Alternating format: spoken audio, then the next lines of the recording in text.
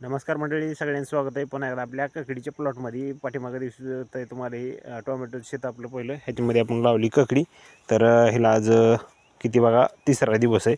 तर पहिल्या दिवशी काय केलं तर आपण बेड ओलून घेतले होते आणि अजून पण बेड ओललेच आहेत.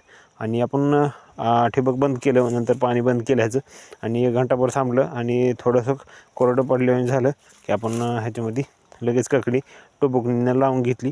आणि पुन्हा मग दुसऱ्या दिवशी आपण 10 मिनटं फक्त पाणी सोडलं, जेणेकरून ककडीला पाणी जास्त होणे त्यासाठी, कारण ककडीला पाणी जास्त जमत नाही. आणि हे बघू शकता छोटंच आहे ठिबक, जास्त काही पाणी गळत नाही ह्याच्यावर.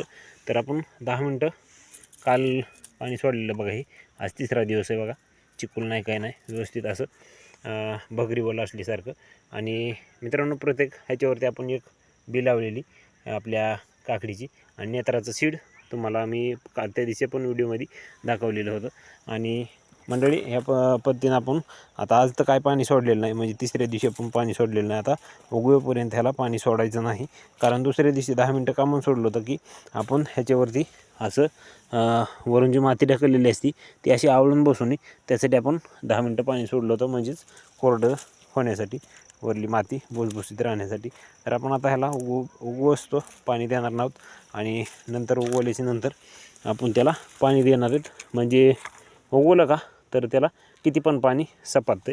तर अशा पद्धतीनं बघा, हे आपलं टोमॅटोचं शेत आहे पहिलं, आणि उगवल्याच्या नंतर ह्याला आपण किती पण पाणी दिलं तरी पण सपाटतं. आणि फळ लागले होतं काय, मग रोज दिवसभर बी पाणी त्याच्यामध्ये राहिलं तरी पण काय फरक पडत नाही.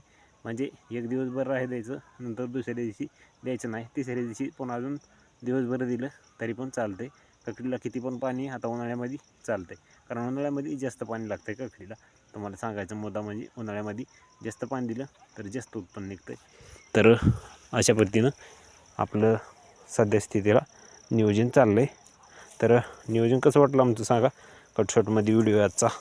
तर भेटू दुसऱ्या व्हिडिओमध्ये, तोपर्यंत रामकृष्ण हरी.